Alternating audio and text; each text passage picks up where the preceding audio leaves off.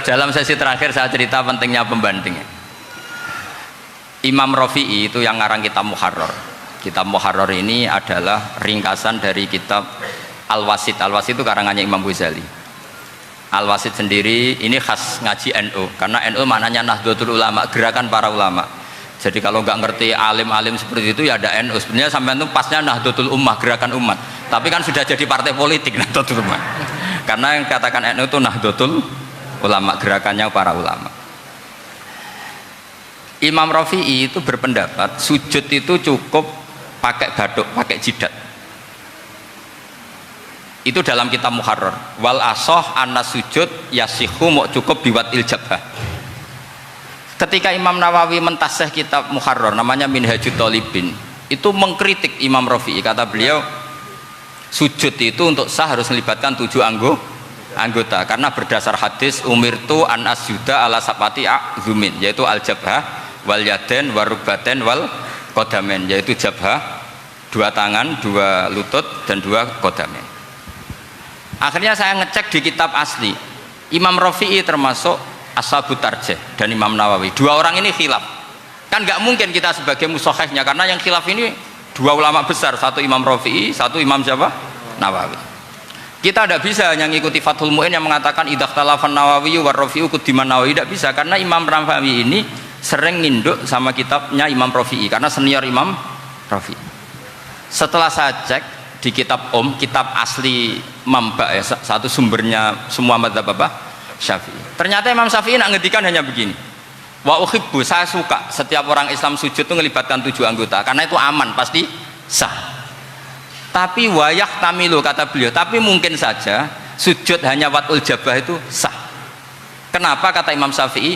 Liqaulihi sallallahu alaihi wasallam atau li du'aihi sallallahu alaihi wasallam fi sujud sajadalaka wajhi wa sam'i wa basori. Nabi ketika sujud itu hanya berdoa, ya Allah sujud kepada engkau wajhi wa sam'i wa basori. Nabi tidak menyebut wayadi wa rubati wa qadami. Sehingga saya berkali-kali bener kata Gus, saya ini pembela umat sing sujudnya 7 anggota ya taklem pantes dadi Rais Suriah.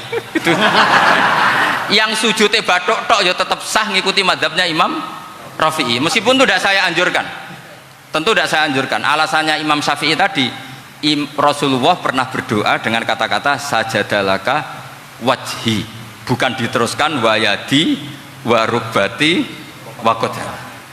Sehingga fal khilaf huna bakin ala khiddati, kalau dalam bahasa fikih khilaf biar tetap sesuai aturan khilaf masing-masing. Nggak perlu kamu menggugurkan pendapat Rafi'i yang mengesahkan sujud hanya pakai jabhah.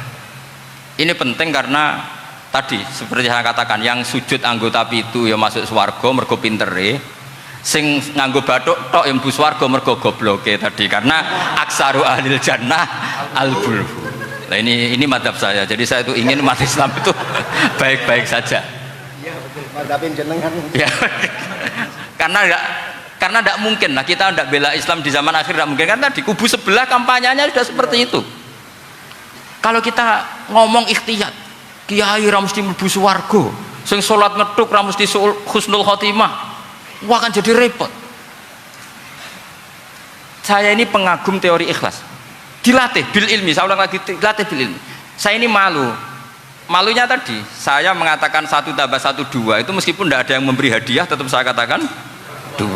Saya mengatakan air itu dingin, tidak ada yang ngasih hadiah, saya akan bilang kalau air itu dingin, kalau api itu panas.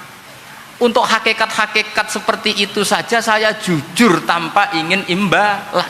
Tapi ketika hakikat mengenai Allah kok saya minta imbalan surga dan neraka, ini apa-apaan? Kira-kira gitulah, Rais Suriah macam apa gitu.